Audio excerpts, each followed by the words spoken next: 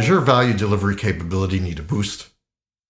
In the next minute or so, I'm going to shine the light on how to stop pouring good money down the drain. Let's say you've just completed the work to add a new service or product or acquire a business. Drucker says, what gets managed gets measured. If you're not managing the forecasted incremental value, it will dissipate like money down the drain.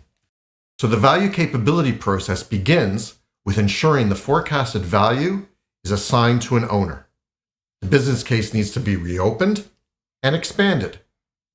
What are the tangible and intangible benefits forecasted? Are they long-term? How long? Are there elements of negative value created? For example, customer dissatisfaction because you exited a product category. Evaluating and reporting the realized value of completed initiatives in the years to come should look similar to when the initiative was in progress. Reviewing the progress leads to an opportunity to respond, which leads to improved agility, which leads to a boost in value delivery.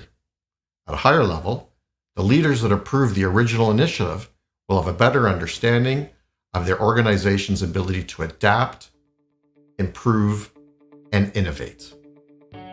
I'm Stephen Wise, Integration Professionals.